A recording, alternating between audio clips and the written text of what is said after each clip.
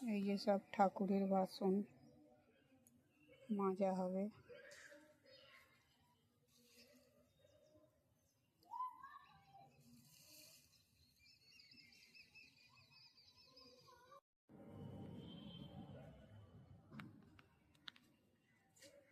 এই যে আমার মা মনসা, কালকে ঠাকুর মশাই বাড়িয়ে দিয়ে গেল। এই যে হরি, আজকে লক্ষ্মী পুজো, ওই জন্য কালকে করে দিয়ে গেছে। এই যে এইটা আগেরটা,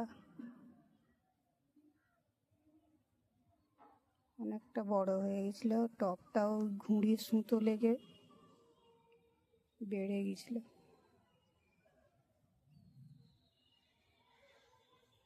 এই পরিষ্কার করবো এটা।